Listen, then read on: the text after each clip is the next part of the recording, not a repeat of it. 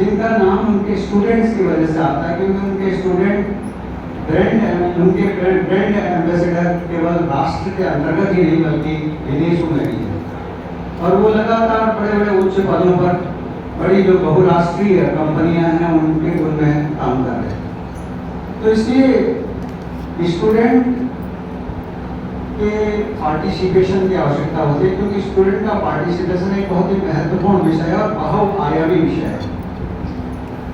Student progression को बढ़ाने के लिए स्टूडेंट के सपोर्ट सिस्टम को और ज़्यादा स्ट्रेंथन करने की आवश्यकता होती है।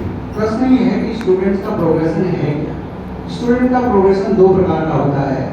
एक तो इंटरनल प्रोग्रेशन, यानी ये जो विद्यार्थी यहाँ पर दिखाई दे रहे हैं, जो यहाँ पर वर्तमान में पढ़ रहे हैं, जिनको किसी प्रोग्राम में एनरोल किया गया है, कि इसी महाविद्यालय के अन्य प्रोग्राम जैसे पीजी कोर्सेज, पीएचडी कोर्सेज में किस तरीके से प्रोग्रेस कर रहे हैं, इसको हम इंटरनल प्रोग्रेशन कहते हैं। लेकिन इसके साथ साथ एक्सटर्नल प्रोग्रेशन, जो कि ज़्यादा इंपॉर्टेंट होता है इंटरनल प्रोग्रेशन की अपेक्षा।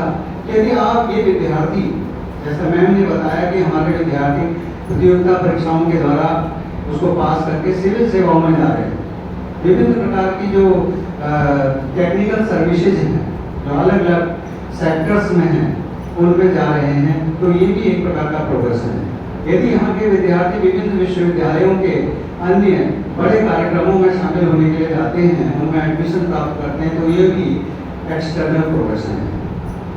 इस इंटरनल और एक्सटर्नल प्रोग्रेशन के पीछे जो बेसिक काम होता है, वो काम स्टूडेंट सपोर्ट सर्विसेज के द्वारा किया जाता है, क्योंकि स्टूडेंट सपोर्ट सर्विसेज के द्वारा स्टूडेंट्स की प्रतिभागिता को बढ़ाया जाता है, उसको